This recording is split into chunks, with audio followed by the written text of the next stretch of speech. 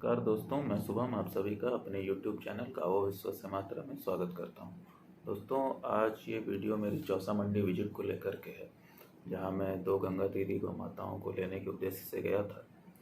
गायें तो मैं नहीं ले पाया क्योंकि मेरी कुछ कंडीशंस थी जो कि वहाँ पूरी नहीं हो पाए, पर फिर भी चौसा मंडी में पूरे दिन समय व्यतीत कर जो भी मुझे अनुभव हुआ उसके बारे में मैं इस वीडियो में साझा करना चाहूँगा। तो यदि आप ये स्क्रीन पर देखें तो आप पाएंगे कि जैसे ही आप बक्सर से चौसा मंडी में प्रवेश करेंगे मुख्य सड़क के माध्यम से, तो रोड के दोनों तरफ आपको परमानेंट शेड्स यानी कि बड़े बड़े स्थायी शेड्स में गायें दिखेंगी। बाएं साइड में रोड के अंदर की तरफ कुछ परमानेंट शेड्स में भी गायें रहेंगी। वहीं पास के पेड़ों के छाँव में भी काफ़ी गायें बंधी रहती हैं। मुख्य सड़क पर आगे बढ़ने पर दोनों तरफ आपको छोटे अस्थायी शेड दिखेंगे, जिसमें कि छोटे व्यापारी अपनी गायों को लेकर आते हैं।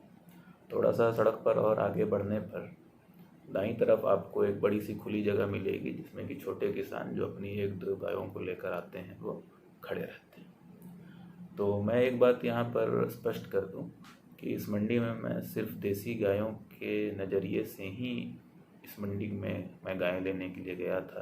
HF, जर्सी और क्रॉस गायों में मुझे कोई रुचि नहीं है।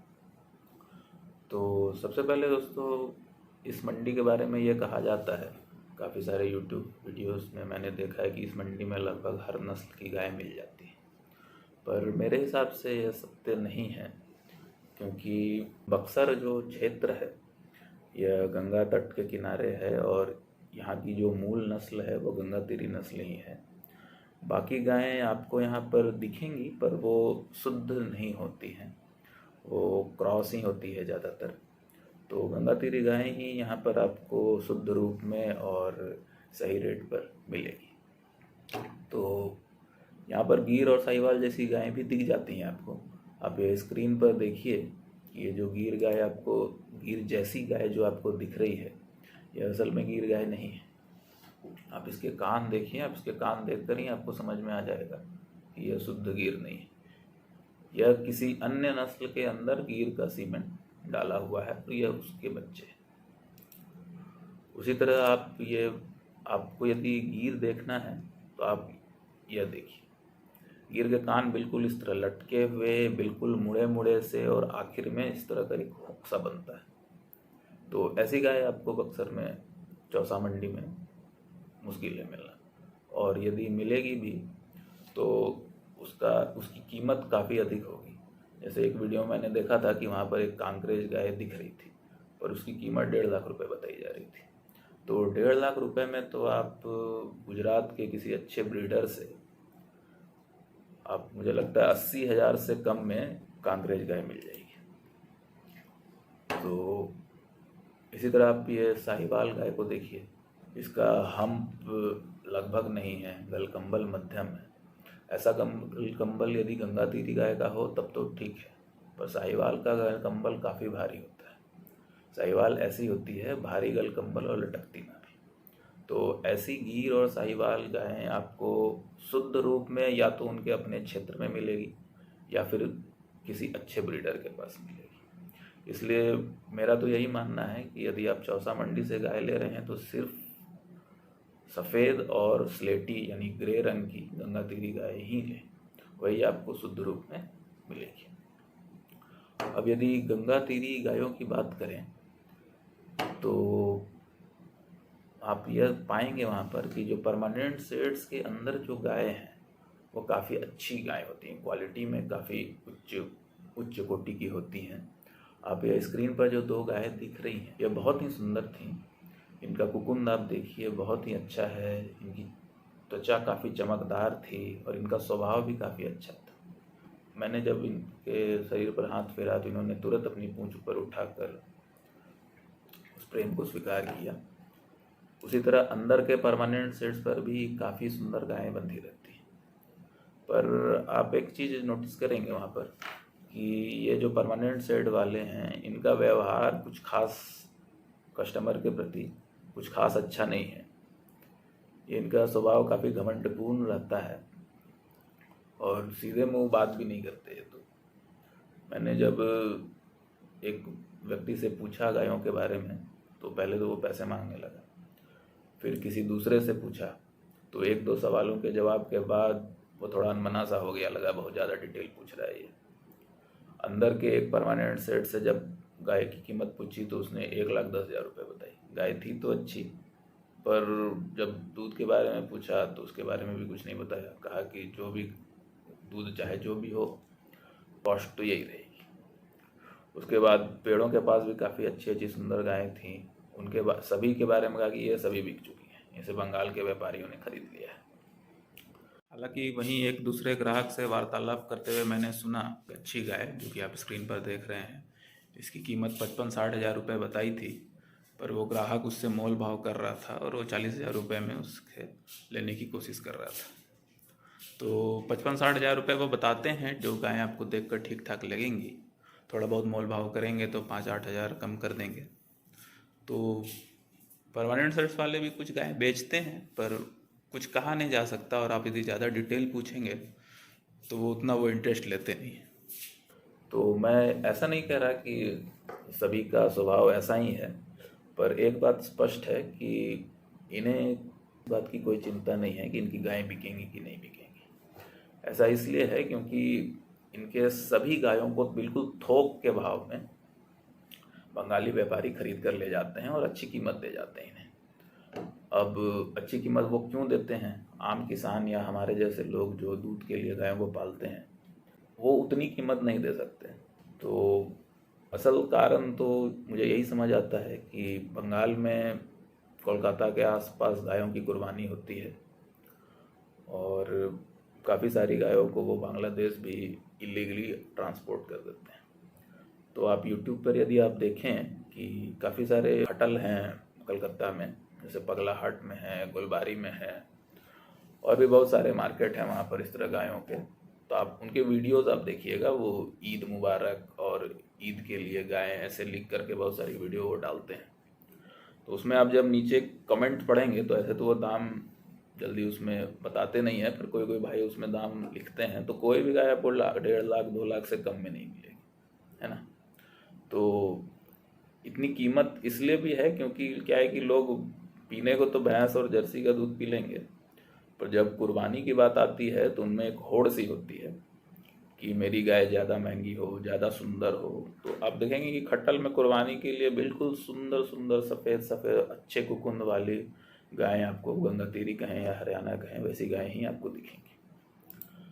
तो कुल मिलाकर बात यह है कि चौसा मंडी में जो भी लोग गाय बेचने के इच्छुक हैं, वो ये कोशिश करते हैं कि सड़क के आसपास ही रहा जाए, या तो उस खुले मैदान में रहा जाए या सड़क के आसपास के जो टेम्प्रोरी शेड्स हैं उसमें रहा जाए।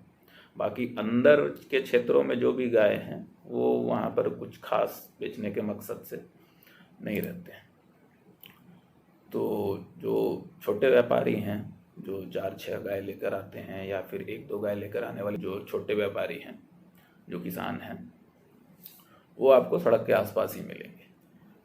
तो इन टेम्पोररी सेट्स में जो है आसपास के ज़िलों से, जैसे कि बलिया हो गया, गाजीपुर हो गया, इन सब क्षेत्र से कुछ गाय लेकर के ये छोटे व्यापारी आपको मिलेंगे वहाँ पर। तो आप जैसे ही इनकी गायों के पास जाएंगे तो ये खुद आकर आपसे अच्छे से बात करेंगे, आपको डिटेल्स बताएंगे। पर समस्या क्या है कि इनके पास गायों की कुछ खास क्वालिटी नहीं होती। जैसी गाय आपको परमानेंट सेट्स में दिखेंगी वैसी गुणवत्ता इनके पास नहीं है। पर फिर भी कुछ एक गायें अच्छी आपको दिख सकती हैं। एक गाय मुझे इनकी अच्छी लगी भी थी, जिनका यह दुग्ध उत्पादन 8 लीटर बता रहे थे और कीमत भी 36,000 बता रहे थे। मैंने कुछ मोल भाव किया नहीं क्योंकि वो गाय गाभिन थी, इसलिए मुझे तो लेनी थी नहीं वो। पर फिर भी 36,000 क्या है, काफ़ी वाजिब रेट है, और थोड़ा बहुत मोल भाव करेंगे तो काफ़ी सही रेट पर आपको मिल जाएगी, है ना। उसी तरह एकल किसानों के पास भी वो गुणवत्ता आपको नहीं मिलेगी, फिर भी खोजेंगे तो कुछ एक के पास मिल सकती है। तो आगे मैं अपनी बात करूं कि मैं गायें क्यों नहीं ले पाया, क्योंकि मेरी 3 कंडीशंस थी। पहला तो यह था कि जो गाय है वो बिल्कुल शुद्ध गंगातीरी नस्ल की हो। शुद्ध गंगातीरी नस्ल यानी कि अच्छा हम्प, पतला लंबा चेहरा, मध्यम गलकम्बल और बिल्कुल देसी गायों का जैसा होता है गोलाकार पुट्ठा, वैसी नहीं दिखती है वहाँ पर। दूसरी सबसे जो कठिन कंडीशन यही थी कि जो गाय के जो बच्चे हों, पहली बात तो है कि गाभिन गाय नहीं ले सकता मैं, क्योंकि अब उसके अंदर आपने कौन सा सीमेंट डाला है और उसके थन उतने विकसित नहीं दिखते, तो पता नहीं चलता कि दुग्ध उत्पादन अच्छा रहेगा या नहीं रहेगा। तो उसके बच्चा जो है वो भी शुद्ध गंगातीरी का होना चाहिए। तो काफ़ी सारे जगहों पर मैंने देखा कि बच्चों पर किसी का ध्यान नहीं है, कोई भी किसी भी नस्ल का सीमेन वो लगा देते हैं। तो बच्चा मुझे इसलिए शुद्ध चाहिए क्योंकि जिस गाय का मैं दूध पीऊँगा, मैं उसके बच्चे को कहीं पर भी, बच्चा जब उसका बड़ा हो जाएगा या गाय जब दूध छोड़ेगी, तो मैं नहीं चाहता कि मैं उसके बच्चे को किसी गौशाला में छोड़ा। तो इसलिए मुझे बच्चा जो है वो शुद्ध चाहिए था। अच्छी अच्छी गायों को आप देखेंगे कि जर्सी का सीमेन लगाकर उसके बच्चे को जिस गाय से एक अच्छे संतान की उत्पत्ति हो सकती थी, जो कि देश की एक संपत्ति होती है, उससे वह क्रॉस गाय निकल रही हैं, है ना। ये बहुत बहुत दुखद है। उसके बाद तीसरी कंडीशन ये भी थी कि गाय के जो बच्चा हो वो बछड़ी हो, क्योंकि भले ही वह दिखने में आपको सफ़ेद जैसा लगे उसका बछड़ा, पर कई सारी गायें ऐसी होती हैं कि जो है जो सांड का जो सीमेन आया है वह उतना इफेक्ट शुरुआत में बच्चे पर उतना नहीं दिखता। जैसे कि मैंने देखा है बगल के गौशाले में कि जो है गंगातीरी गाय में उन्होंने साहिवाल का सीमेन लगा दिया, तो बछड़ी अभी बिल्कुल सफ़ेद है, पर उस पर हल्के हल्के भूरे भूरे चकते हैं, जो धीरे धीरे वो उसका जो रंग है ना वो बिल्कुल बादामी हो जाएगा। साहिवाल और का पीलापन और वाइट जो गंगातीरी का उसका बिल्कुल बीच का रंग आ जाता है। तो ऐसे बछड़े को लेना मेरे हिसाब से समझदारी नहीं है, क्योंकि उस बछड़े का बिना रिकॉर्ड के बछड़े की कोई कीमत होती नहीं है ना। इसके अलावा और भी एक बात है, इन 3 कारणों से मैं तो नहीं ले पाया। इसके अलावा और भी एक बात जो काफ़ी महत्वपूर्ण है, जो आप यदि गंगातीरी गाय वहाँ लेने जाते हैं तो आपको ध्यान में रखनी चाहिए कि ज़्यादातर गंगातीरी गायों का, चूँकि पूर्वी क्षेत्र में क्या है कि अच्छे से संवर्धन का कार्य नहीं हुआ है और अच्छे जीन पूल को हम बचा नहीं पाए हैं, तो ज़्यादातर गंगातीरी गायों का जो ब्यात पीरियड है वो 3 से 4 महीने। तो इस बात को आप ध्यान रखें, ज़्यादा अपेक्षा ना रखें, है ना। बेगूसराय बिहार में एक पंचगव्य केंद्र है, वहाँ के भाई जो है वो छपरा मंडी से ही कुछ गंगातीरी गाय लेकर आए थे। तो वो भी काफ़ी शौक से लेकर आए थे कि भाई अपने नस्ल की, अपने क्षेत्र की जो नस्ल है उसे पाला जाए। पर जब वो गाय सिर्फ 3-4 महीने तक ही दूध दी, तो उन्हें भी जो है साहिवाल और राठी गाय लेकर आनी पड़ी, है ना।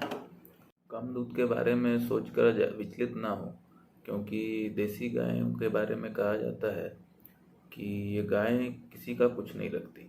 यदि उनका दुग्ध उत्पादन 7 लीटर ही है और वह 3-4-5 महीने ही दुग्ध उत्पादन देती है, तो उनके रख रखाव का खर्च जो है वो आधे से भी कम होता है।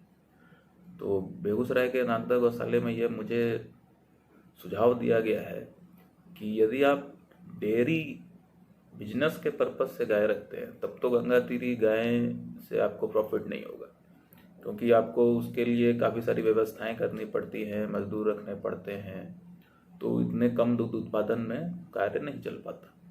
पर यदि आपको अपने घर के लिए गाय चाहिए, जिसकी सेवा आप खुद करेंगे या आपके परिवार वाले करें, तो यह गाय काफ़ी सुगम है। क्योंकि उन्होंने जैसा बताया कि उनके पास जो 15 लीटर वाली गाय है, जिनका कि ब्यात पीरियड 7-8 महीने का है, तो उनका प्रतिदिन का जो सूखा चारा और हरा चारा है वह 40 किलो है, और दाना जो चारा होता है वो तो दूध के हिसाब से ही होता है कि यदि 15 लीटर है तो 7-7.5 किलो आपको दाना देना है, और 40 किलो उनके चारे का खुराक है। और वहीं यदि आप गंगातीरी गायों की बात करें तो उनका दुग्ध उत्पादन उनसे आधा है, 7 लीटर है, ब्यात लेंथ भी 1-2 महीना कम है, पर उनका जो चारे का खर्चा वो सिर्फ 15 किलो, और 7 किलो यदि दूध है तो 3 किलो दाना हुआ, 3-4 किलो। और जैसे जैसे जब दूध बंद हो जाता है तो दाने का खर्चा भी कम हो जाता है, 1-1.5 किलो सिर्फ दिया जाता है। तो यदि दुग्ध उत्पादन कम भी है तो भी आप ऐसा ना सोचें कि आप गंगा तीरी गायों को नज़रअंदाज ना करें, और यदि आपको दुग्ध बढ़ाना है तो आप उसका संवर्धन करें, है ना। तो इसलिए मैंने सोचा है कि मंडियों से लेना मुझे अब मुनासिब नहीं लगता। मैं भी सोच रहा हूँ कि या तो किसी सरकारी फार्म से या किसी अच्छे ब्रीडर से जो प्रॉपर रिकॉर्ड मेंटेन करते हैं उनसे लिया जाए, है ना। अब यह सब बताने का मेरा तात्पर्य यह बिल्कुल भी नहीं है कि आप गंगा तीरी गाय ना लें, है ना। बिहार के, खासकर कि पूर्वी बिहार, ये पश्चिमी बिहार और यूपी के गंगा तट के किनारे रहने वाले लोगों का यह धर्म है कि वह गंगा तीरी गायों का ही संवर्धन करें। पर यह सब बताने से क्या है कि मैं, यदि मंडी में कोई व्यक्ति ठगा जाता है तो क्या है कि वह गौ माता पर ही अत्याचार करता है। कई सारी जगह मैंने सुना है कि मंडी से लेकर के गए, दूध उत्पादन अच्छा नहीं है तो फिर किसी गौशाला में छोड़ाए। तो ऐसा आप ना करें, यही मेरा उद्देश्य है इसको बताने का। तो मेरे हिसाब से तो किसानों और व्यापारियों को चाहिए कि वो प्रॉपर रिकॉर्ड रखें गायों का, और जो है उस हिसाब से आप रेट भी रखें, है ना। कोई ज़रूरी नहीं है कि आपको सस्ते में ही गाय देनी है। जैसे जैसे लोगों में जागरूकता बढ़ेगी तो इस तरह की गायों की डिमांड भी बढ़ेगी। ज़्यादातर जो व्यापारी होंगे वो रेगुलर ही इस मंडी में आते होंगे हर हफ्ते। तो जिस तरह से हरियाणा में आप वीडियो में देखते होंगे कि काफ़ी सारे इस तरह के व्यापारी उभर कर आए हैं जो कि जिन पर कि लोग भरोसा करते हैं, तो वैसे व्यापारी लॉन्ग टर्म में यदि यहाँ भी कुछ बातों का ध्यान रखें तो उनके साथ भी ऐसा हो सकता है ना। तो पर फिर भी क्या है कि पूर्वी भारत में इतनी जागरूकता नहीं है ना। रिकॉर्ड रखना तो दूर, जब बच्चों की डिटेल के बारे में पूछ रहा था तो उन्हें लग रहा था कि पता नहीं ये कहाँ से आ गया है, क्यों इतना पूछ रहा है, गाय ले और निकले। और मंडियों में क्या है कि लोगों का झुकाव भी जो है वो बड़े बड़े थनों वाली एचएफ, जर्सी, क्रॉस गायों पर ही रहता है, और देसी गायों को वो मतलब कि पूछते भी नहीं है ना।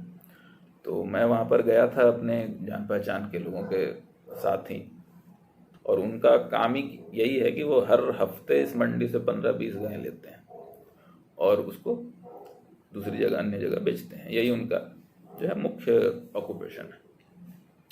पर वो भी मेरी कोई मदद नहीं कर पाए। उन्होंने 17 की 17 गायें क्रॉस ही ली, और वो मेरी मदद इसलिए नहीं कर पाए क्योंकि उन्होंने मतलब पिछले 15, 20, 30 सालों से वो ये काम कर रहे हैं, पर उन्होंने कभी भी देसी गाय नहीं खरीदी। वो बड़े गर्व से कहते हैं कि इन गायों को तो हम पूछते ही नहीं, आप क्यों इसके पीछे पागल है ना, ऐसी बड़ी बड़े अच्छी गाय दिलवा देते हैं आपको। तो इन सभी गायों को तो बंगाली व्यापारी ही खरीदते हैं, हम लोग तो कभी खरीदते नहीं। तो ऐसी दुर्दशा हो गई है, जब आपको अपनी चीज़ की कीमत ना मालूम हो तो गलत लोगों के हाथ में वो जाएगी ही, और उसकी दुर्दशा तो होगी, है ना।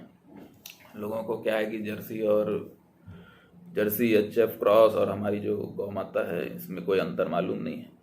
उनको ये भी मालूम नहीं है कि जर्सी और एचएफ का दूध तो बिल्कुल जहर है, क्रॉस गायें और भैंस का दूध भी उतना गुणकारी नहीं है। तो यदि आप जर्सी और अपनी देसी गौ माताओं के दूध में अंतर समझना चाहते हैं तो गुजरात आयुर्वेदिक यूनिवर्सिटी के एक प्रोफेसर हैं, प्रोफेसर हितेश जानी, है ना, वो अभी रिटायर हो गए हैं। उनके एक वीडियो का लिंक मैं आपको डिस्क्रिप्शन में दे दे रहा हूँ। तो वो वीडियो हालांकि काफ़ी लंबा है, फिर भी उसको आप 45वें मिनट से 1 घंटा 18वें मिनट के बीच में आप देख लें कि देसी गाय के दूध और बाकी दूध में क्या अंतर है। तो उन्होंने यह भी बताया है कि चूहों पर परीक्षण करके यह पता चला है कि यदि हम इसी तरह से मिलावटी दूध पीते रहे तो 30वीं पीढ़ी में जाकर हम नपुंसक और अंधे हो जाएंगे। तो अभी मुझे लगता है 3-4 पीढ़ी हुई है और नपुंसकता की समस्या तो आने ही लगी है ना। हर बड़े शहर में आपको IVF सेंटर्स मिल जाएंगे। तो जो भी ये वीडियो देख रहे हैं उनसे मैं गुजारिश करूंगा कि आप एक बार ज़रूर वो वीडियो को देखें और अपने तरफ से, किसी की सुने नहीं, अपनी तरफ से आप खोजबीन करें कि देसी गौ माता और बाकी दूध में क्या अंतर है। ठीक है। तो यदि आप मंडियों से गाय लेने की सोचते हैं और आपको सिर्फ देसी गायों में ही रुचि है, तो मेरी बातों को एक बार विचार करें, है ना। अच्छे शुद्ध गंगातीरी गाय जिसके शुद्ध बछड़े हों या बछड़ी हो वही लें, और उनके संवर्धन अच्छे गंगातीरी नदियों से या नदियों के सीमेन से ही करें। और यदि हो सके तो किसी अनुभवी गौपालक को ही लेकर जाएं, क्योंकि चूँकि मंडियों में आपको रिकॉर्ड्स नहीं मिलते हैं, तो कुछ अनुभवी गौपालकों के पास सूक्ष्म ज्ञान होता है जिससे कि देख कर आप बता सकते हैं कि यह गाय अच्छी है कि नहीं। कुछ चीज़ें जैसे हैं कि भाई पूंछ जो है ऊपर मोटी नीचे जाकर पतली हो जाए, स्किन जो है वो पतली होती है, थनों की बनावट देखते हैं, पीछे के टांग देखते हैं कि टांग जो है वो सीधी है जितनी हो सके, है ना। तो ऐसा सूक्ष्म ज्ञान हमारे पास नहीं है, तो किसी गौपालक को ले जाएंगे तो अच्छा रहेगा। तो आज के वीडियो में इतना ही, मिलते हैं अगले वीडियो में, तब तक के लिए जय गौ माता, जय गौ।